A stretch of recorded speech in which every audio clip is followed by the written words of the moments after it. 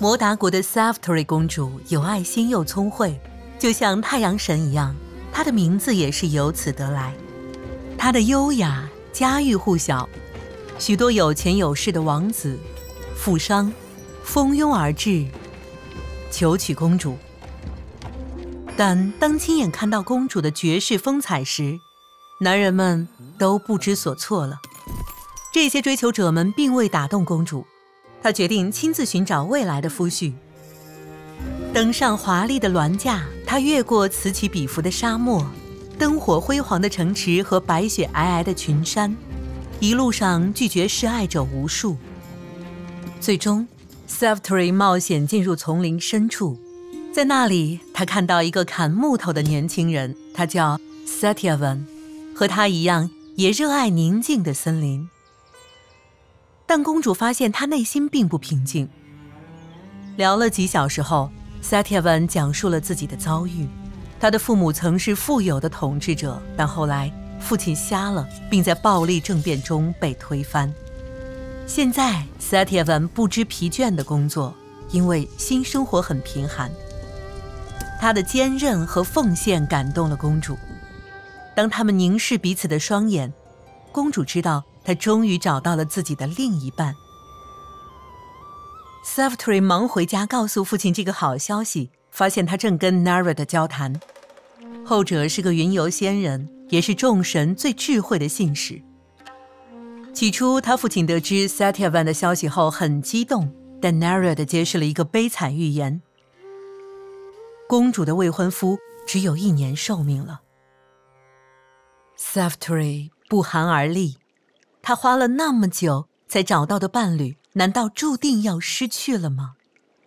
公主不愿接受这样的结果，她当着 Narad、她的家人和 Satyavan 发誓，她绝不嫁给别人。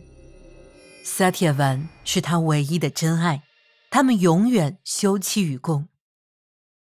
仙人被她坚定的话语所感动，于是告诉公主一种古老的宗教养生法：定时祈祷，时常斋戒，准备特殊的草药和植物，或许可以延长 Satyavan 的生命。简单的婚礼后，这对夫妇回归丛林，遵从仙人的指示生活。这种贫寒的日子与他过去奢华的生活相去甚远，但又彼此相伴，两人甘之如饴。1年过去，命定的日子到来了。他们结婚1周年这一天，天气热得可怕， Satyavan 的眉毛烧了起来。Savitri 甚至没来得及把他拖到阴凉处，他已变得僵冷了。透过朦胧的泪眼，公主看到天边一个巨大的身影，那是死神炎魔。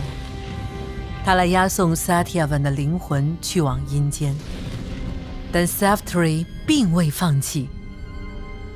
他在灼灼烈日下跟随了死神好几个小时，炎魔朝公主怒吼，不要再跟着。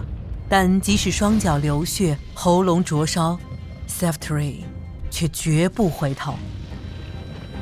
终于炎魔停了下来，他同意满足他一个愿望，以奖赏他的坚持不懈，但他不能要求复活她的丈夫。Savitri 毫不犹豫地要求死神令她的公公重见光明。炎魔满足了他的愿望，然后继续上路了。但是 Savitri 的脚步声仍在他的身后回响，死神气急败坏，答应再满足他一个愿望。这次他要求死神重建 Satyavan 的王国，这个愿望也被满足了。炎魔也开始进入自己的地下王国，但他回头一看，惊愕地发现公主还在后面跟着，步履蹒跚。他从未见过这样的执着的人，于是他用最后一个愿望表达了对她的敬意。Savitri 许愿要生许多孩子，死神同意了，挥挥手要她离开。但公主只是重复着自己1年前许下的誓言，她的命运要永远与 Satyavan 休戚与共。如果炎魔不复活她的丈夫，她如何能够生下许多孩子呢？听到这个巧妙的问题，死神无奈了，于是大发慈悲。带着祝福和敬意，阎魔把 Satyavan 还给了 Savitri， 这对夫妇回到了人间，他们情比金坚，连死亡都无法摧毁。准备好继续学习了吗？观看这些视频，你可以挑战自以为了解的知识，也可以详细了解你不知道的知识。订阅并保持好奇心。